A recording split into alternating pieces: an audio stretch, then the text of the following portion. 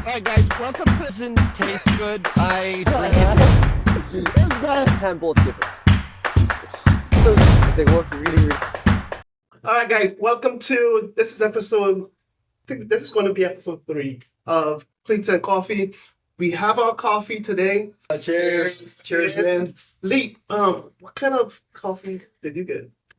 I am a black coffee drinker. No milk, no sugar, just right. I take it as it comes. I have to learn a little bit more coffee and stuff because I got the cappuccino, but the cappuccino is yummy. Get a little agave or sugar in that thing, a little caramel. Some caramel. Can I have a little coffee with my caramel? It's the caramel I forgot to put in it. Yeah, hey, we have some here. Like we can. It might be too late. Always black coffee, just whatever. And how long have you been drinking coffee for?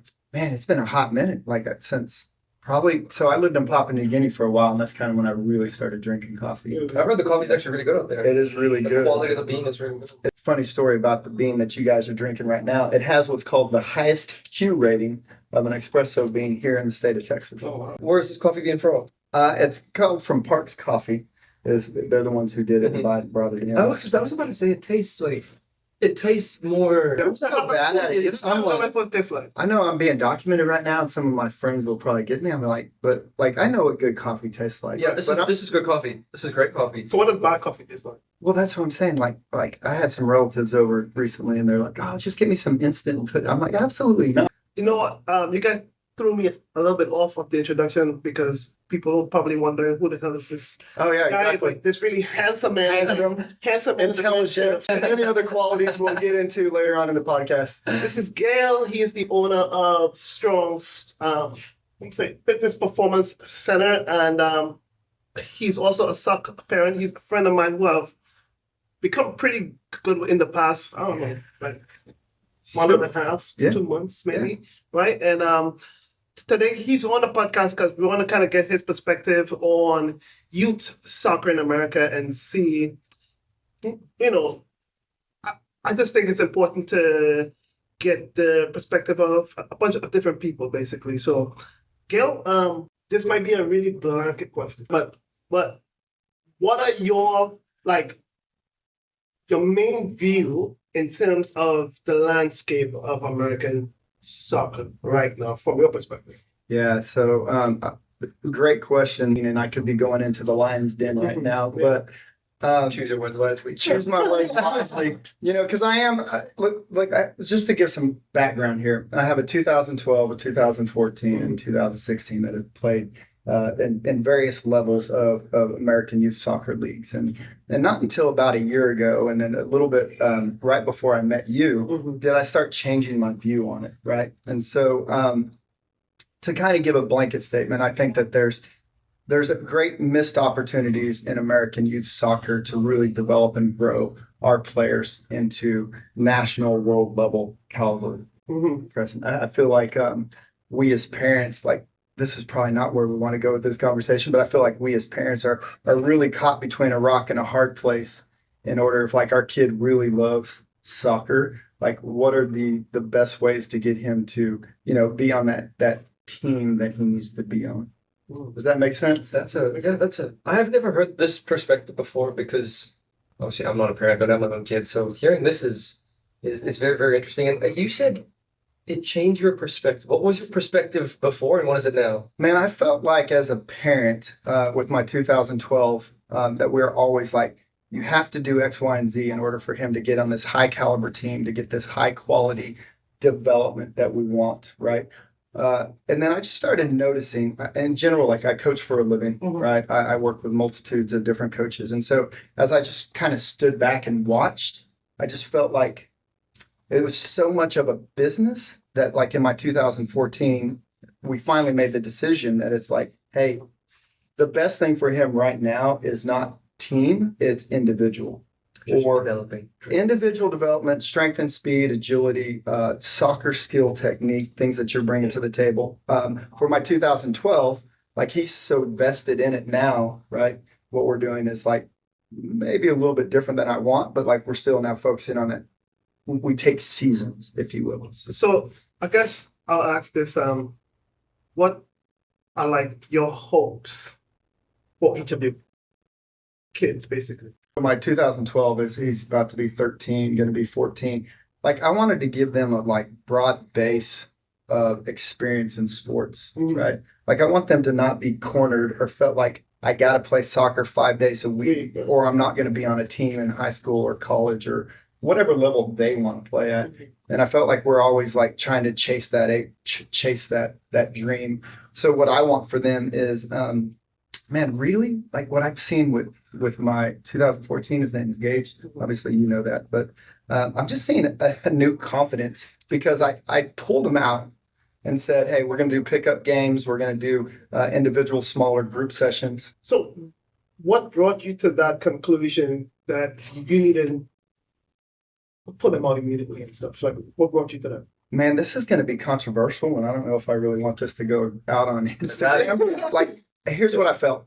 That a lot of the clubs that we've experienced, and we've experienced almost all of them, it was too much of a business, and it was just this ineffective training development. That it was more about like fill the team, you know. And so me as a coach, that's why I might be hypercritical. Right. But that's why we made the decision. It's like, hey man, we want Gage to have the confidence on the pitch just as much as any other kid that's out there. And we still want him to experience other sports, right? From everything from football to baseball to whatever he wants to do, swim and track, I don't care what it is. But we just didn't want to, we felt like in order for him to have a good experience in soccer, we had to be there 5 days. You do something 5 days a week. Like with every young athlete, certain of them just have this high amount of talent. Some of them have this high amount of work ethic. And you need both of those to go operate in that highest level. And so what I want to be careful with my kids is like, you know, of course we all as parents think our kids have, you know, all these things. Yeah. I just want to make sure that like, you know, that I'm doing the right thing by him. So building this base athletic foundation for him in soccer, with your group, with other things that we're doing, so that when he's on the field, like maybe he just falls in love with it in 2 years from now. And it's like, he can't stop talking about it. Right. But I want to make sure that like I give him the option. So it's almost like you're hoping for that natural. That's a great way to put it. You're right. It is natural as opposed to it's like me and forced. yeah, because like me and mom are always like, oh, you know, he's gonna lose off the A team and now he's on the B team or the C team, and it's like, oh, now I got to go to 2 practices a week that has 40 kids in there, and then I also got to go do privates, and then I also have to go to a soccer game, and 6 days a week. Now all of a sudden, I'm an efficiency guy, right? The way I try to run things, my efficiency is like, hey, I got an hour and a half. I need you. What's the best thing that I can do for everybody in my building as well as my family to get you developed to reach your goals, not my goals for my kid? And so I'm learning, you know, through grace and my faith that I got to do. I got to be careful about my goals being pushed on him because I'm a little bit competitive too. Right. How do you manage that as a parent? Like it's a two-pronged question. The first one you kind of mentioned, understanding that your kid has talent, but also realizing that, hey, what if there is like a kid that's better than my kid? Like, how do you manage that as a parent? Like keeping your kids grounded. Yeah. Realistic expectations, I think, is where we're going with this. It's hard, man. What I talk to my boys about and my little girl is that I say that like, if you put in the hard work, and if this is something that you want to achieve, you can achieve it, but you got to put in the work, which means that you got to put, say, iPad down or PlayStation down, and like you should be on a ball. You should be getting the touches. You guys did a podcast where you just talked about touches, and I'm like, yes, like get in your touches. So, but then the realistic expectations too is that it's like you can build. He may not be like, you know, make the USA team or something like that, but like maybe his goal isn't the USA team. But I'm going to do everything I can realistically to reach it. At least attempt to reach it. You know? And what does he learn from this? Let's just pretend that the realistic expectations are set and we have more mature conversations when they're older and they can handle it, right? What's the worst that's going to happen? He's going to build a work ethic that will last him a lifetime. And he can take that into other areas of life. Yeah. So it's basically like no time is wasted at all. It's like the relationships he builds with his mentor, aka the coaches that you guys are working with him, with his teachers, with his friends, with his parents, and like just learning that bit of like, hey, respect and work ethic is going to go a long way, and that life doesn't give you everything that you want. You can't buy everything that you want. Concept. You have to put in the hard work. So, is there anything from your childhood that is kind of like giving you these perspectives at all? Yeah, absolutely. Yeah. I mean, I think that, a lot of stuff we talk about, like in my church and in my families, we talk about family of origin stuff. And I think it correlates to like me as an athlete as well, from soccer to wrestling and football. And the thing that I always remember is it was just different growing up. I tell my 2012 this is a American football story, but I just remember being a freshman and just being like not the best out there, and it just killed me. I just wanted to. So me and a buddy stole, but returned our football pads that were supposed to stay in the field house. As you guys look back at my high school, but the point of it was like I wanted to be good so bad that like I did anything I could possibly do. And again, like in wrestling, I did extremely well. In soccer, I did extremely well. I wasn't the best football player, but I tried really hard. And so, yeah, it was disappointing on certain times if I didn't start. But like I learned, that carried over into my work life. Yeah. But I got to be careful not to press my personality onto my kids is the thing that I'm learning. So that's what I wanted to really point out. We actually talked about this the last time in terms of trauma. I think I remember that. It's like, I know that trauma is like a pretty big word. It like sounds like the worst thing possible, but there are different levels of it. And I talked about me not being able to have my parents there all the time and stuff. And if that kind of emotions transfers over to my kids, and going back to what you said, is that you're trying your best to not allow that to happen, basically, right? Yeah, I think that isn't there good and bad things that you got brought up from your childhood, right? Yeah. Like something that might be bad that caused you to build a character trait that you have now. You want your kids to learn this, not the whole thing, right? Yeah. And with our kids too, they're uniquely wired. Yeah. My middle one is uniquely different than my oldest, and Wait till you get kids. Taking no mental notes. Game time. But you transfer that to them, and of course, we as parents only want nothing but the best for them. I have another question for you, Gale. So now you have two boys and a girl. With regards to sport and their like education in sport and their training, like, are you training your two boys differently versus the girl? Or I know their ages play a role in it too. How do you go about that? Yeah, it's hard. So from a work ethic standpoint, I don't. But my little girl is the youngest, and she has a different personality. But I feel like her athleticism is way up there. She could be amazing, but she doesn't have a competitive bone in her body. Interesting. But she wants to win, right? If you're going to play on a team, you're going to put in your work. You're going to take essentially responsibility for your role on the team. So you're going to go practice, and I want you to want to practice not only for yourself, but because you're part of this cohesive team. And weakest link concept. They want to play, they want to win, they want to get better. But the bottom underlying foundation of hard work ethic, care about what you're doing, take some pride in what you're doing. We teach the same. I think I want to kind of just hear a little bit more about you and everything that you have created here. This is amazing. You guys have got to check out this place. It's amazing. Any sport, all the facilities, gym equipment. So if you can tell us a little bit about how all of this even happened, A quick summary. Yeah, a quick summary. Yeah, it's definitely, almost 17 years in the making. And it's been an amazing journey. And I've learned, tons through this and made tons of mistakes. And that's why I'm trying to pass as much on to the families that come into here as I can based on this broad base of experience that I get. So we started in our garage, and it was, obviously I have a competitive background. I like to do good things. And so I found this sport called CrossFit. We were like the third location here in Dallas, the third affiliate.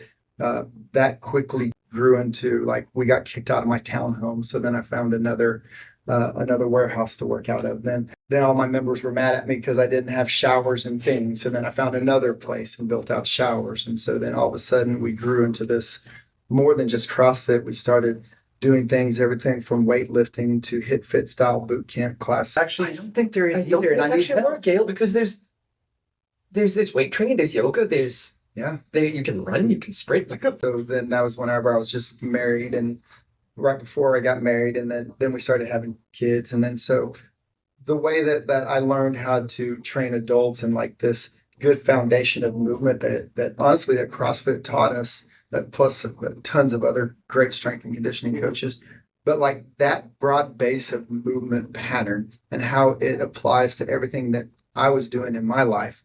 And then I started having kids, and then I started watching these kids that were in other programs, not like sports, but like say junior high and high school. Right. Anyway, so that's when the youth program started getting developed, where it's like, hey, give them the same level of fitness. And then we started getting sports specific, everything from soccer to football to speed, agility, and strength. So we want the parents, like if the parents ask me right now, like what would you do, or what would you recommend I do? And it's like, hey, build the foundational movements, do as many things sports as possible, if you will, right?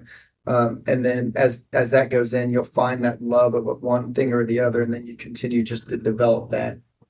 I think that's a good way to look at it. Yeah. To actually like, because that's not how I was. I was go do your thing and like. Yeah, just like that too. Yeah. But what's funny is I was like that. It was different.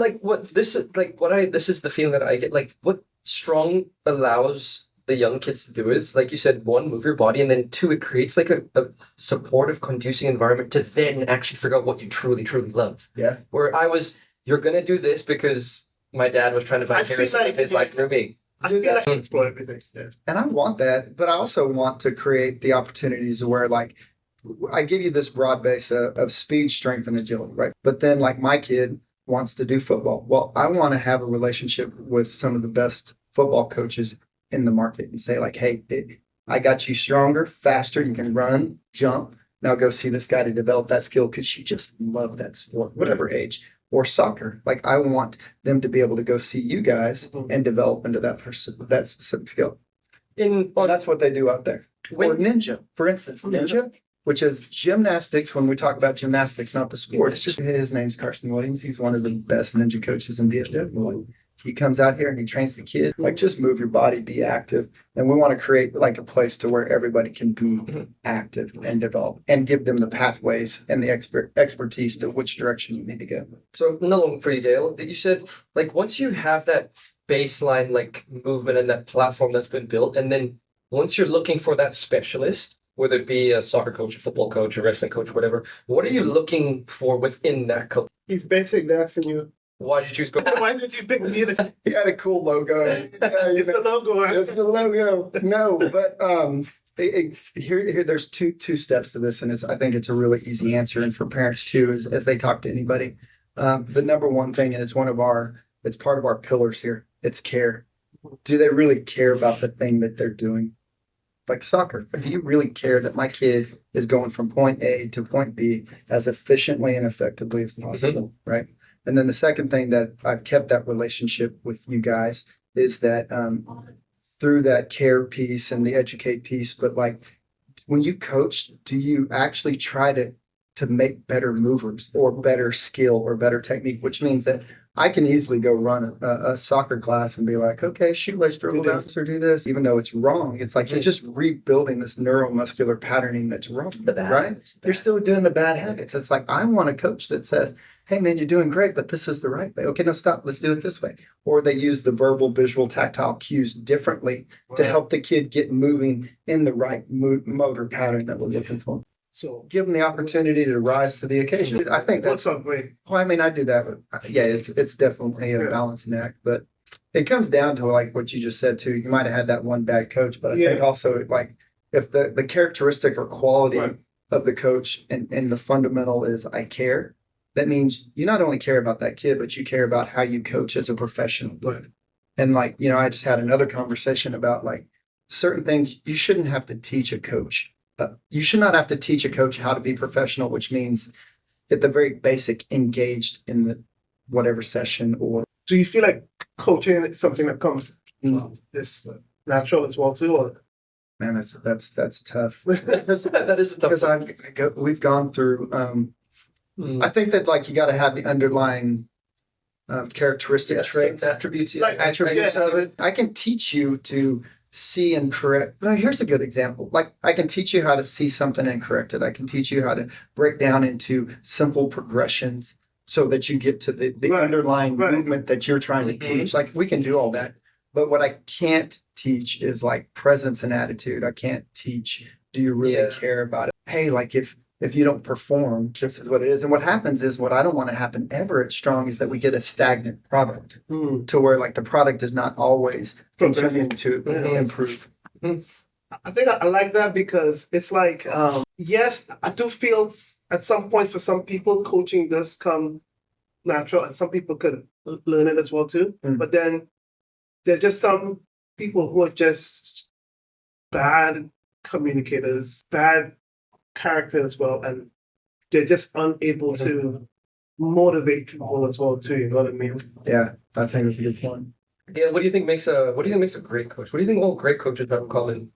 There's a few things. Of course, we got to be able to communicate and break down the expectation of it. But I think it's if you really care and you have that characteristic trait that you just care and love others and serve others well, like that is the greatest. And then what you said, because the reason why you care so much about the quality of your product is not only your character, but it's because like you're a competitor at heart. Like you can see that in your soccer play and everything else, and the way you coach. It's like you want not only you as a player and individual to be great, but you want your product to be great. And so those two traits as a coach, like if you not only care and just love and want to serve others, but you also want to have this high quality product to where I want people to come back and say like, hey man, that really changed my life. I want to be a waypoint in everybody's life as we can. That when there's like, I remember when I walked into Strong, they taught me this thing or they did this thing. And now my trajectory in my life went this way. Different. And it was just a one little thing. Or I could have left you down over here. I hate life. I hate all, not life, but like, like active. The outlook. It could be completely different. So that would be my answer to I it. think that's a great answer. I think we are cutting way into time. We could probably sit here for hours and talk, I believe, And I together. appreciate it. But Gail, is there anything else that you would like to mention before we exit off the podcast? Yeah, I've already had enough shameless plugs in this fight. But the number is 917. We want to be there for you guys. And so like you can go check out our website, https strong.fitness. You can check out First Class Free. Man, the thing that I love most what we've done as a company for a long time is that it's like 100% satisfaction guaranteed. Like if any time you ever come to me and be like, dude, I am not satisfied or it ain't my thing. Like we have no issue just kind of giving that money back, but we feel that strongly about that piece of it. So, and I appreciate you guys. Awesome, having me. man. I really do. Thank you so much. Thank you guys. All right, thank you, man. Yeah. Gale. I didn't make up most